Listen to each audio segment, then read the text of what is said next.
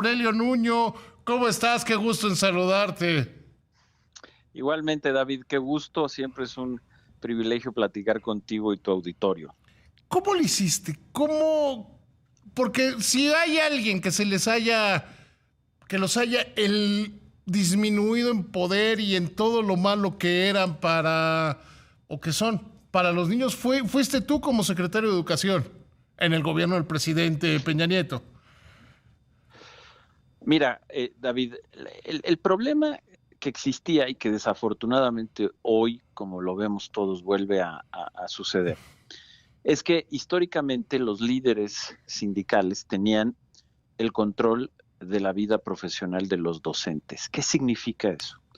Significa que ellos eran los que controlaban sus ingresos, o sea, las contrataciones, los que controlaban los ascensos, los que controlaban los aumentos salariales, los que controlaban los cambios de adscripción o de escuela que son tan valiosos para los docentes, y ese control lo utilizaban de manera clientelar. ¿Qué significa eso? Significa que si un maestro aspira a una promoción o a un aumento salarial o a un cambio de escuela, tiene que hacer trabajo político para el sindicato. ¿Y qué significa eso? Pues ir a las marchas. Los líderes tenían un instrumento que se llama cartilla sindical, en donde llevan la asistencia de los docentes, no a su salón de clases, sino a las marchas. Y quien no tuviera 80% de asistencia no podía aspirar a una promoción. Pues eso es coacción. Y eso es lo que les permitía tener una enorme capacidad de movilización. Lo que hicimos con la reforma educativa fue precisamente quitar ese control de los líderes sindicales sobre los docentes. Creamos lo que se llamó el servicio profesional docente, que era una carrera de los docentes, en donde en lugar de que fuera el líder sindical el que les diera la plaza o el ascenso, ellos se lo ganaban a través de concursos, David. Y entonces las plazas las ganaban pues los mejores, los ascensos los ganaban los mejores, los que tenían mejor desempeño en el aula, los aumentos salariales también, etcétera. Eso generó dos cosas, ambas muy positivas, tres cosas en realidad. Quitó con eso los líderes sindicales dejaron de controlar a los docentes porque el docente ya no debía la plaza o sus ascensos al líder sindical, sino a él mismo, a su trabajo y a él ganarse la plaza, entonces pierden el control político Que, porque ya no que, pueden eh, que, le- movilizar. que eso beneficia a los alumnos. Le tocaban mejores Brutalmente, maestros. les tocaban mejores maestros, les tocaban maestros que estaban concentrados en estar en el aula y no en las marchas, maestros que tenían el incentivo de mejorar en el aula, no en las marchas, y entonces eso revolucionó, no solo le quitó el poder a los líderes y quitó su capacidad de movilización, sino que generó una revolución en las escuelas. Está medido cómo mejoró la calidad de los docentes, cómo los docentes seleccionados por concurso y no por el sindicato, pues enseñaban mejor y los niños aprendían más. Y entonces solucionabas dos problemas en uno. El más importante, el educativo, porque te daba una ruta de mejora educativa sustancial, liberabas a los docentes de ese control tan injusto y resolvías el problema de la gobernabilidad. Te doy un ejemplo con datos, David. En 2013, cuando arrancamos la reforma educativa, que la CENTE tenía esa capacidad, trajo a la Ciudad de México, tú lo recordarás, 80,000 maestros y los dejaron 6 meses en el Zócalo. Eso era una capacidad brutal de movilización, como los estamos viendo hoy. En 2018, cuando acabó la implementación de la reforma educativa, solo podían movilizar 10,000 maestros, de 80,000 a 10,000, y ya no tenían la capacidad de traerlos a la Ciudad de México. El problema estaba prácticamente resuelto. ¿Qué sucedió? Que llegó el gobierno de Morena y una de las primeras acciones que hizo el presidente López Obrador fue echar abajo la reforma educativa, regresarles a los líderes el control de los docentes, volvieron a tener la capacidad de movilizar, haciendo movilización electoral a favor de Morena, pero hoy se les revierte porque la CENTE tiene una lógica que se llama movilización, negociación, movilización.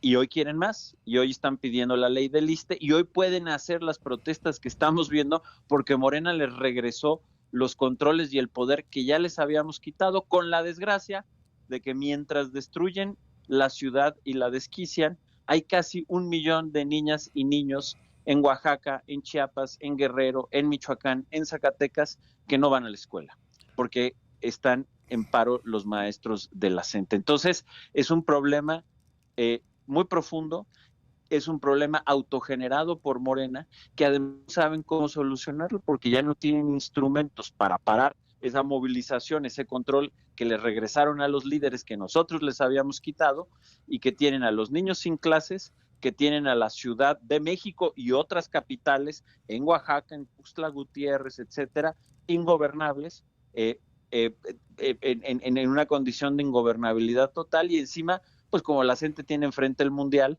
es perfecto para ejercer toda la presión, y pues ves un gobierno que no sabe ni para dónde ir, ¿no? Pero Aurelio, sí tienen un camino que funcionó, que fue el camino que se implementó por el presidente Peña Nieto y por ti. O sea, sí hay un camino y ya sabemos, además que está probado que funciona. Claro, y que es la solución de fondo. Es decir, la solución de fondo de este problema y del problema educativo es regresar a un verdadero servicio de carrera para los docentes, en donde no intervengan los líderes sindicales, para que sean los docentes quienes ganen auténticamente su plaza y estén en las escuelas y no tengan que responder al mandato de los líderes sindicales. Cuando eso sucede, el maestro se libera, el maestro está en la escuela, el maestro enseña, sube la calidad de la educación, que es lo más importante, y dos, los líderes pierden esta fuerza y ya no pueden movilizar, y al ya no poder movilizar, pierden poder, ya no pueden chantajear, ya no pueden estrangular las ciudades, ya no dejan a los niños sin clases. Esa es la solución y es la solución de fondo, pero desafortunadamente no está dentro de las opciones hoy del gobierno, porque los de gobiernos de Morena decidieron destruir la reforma educativa al decir que era una mala reforma, porque lo que querían era regresarle ese control a los líderes pensando que les iban a movilizar electoralmente, cosa que ha sucedido, pero también, pues ahora tienen este problema.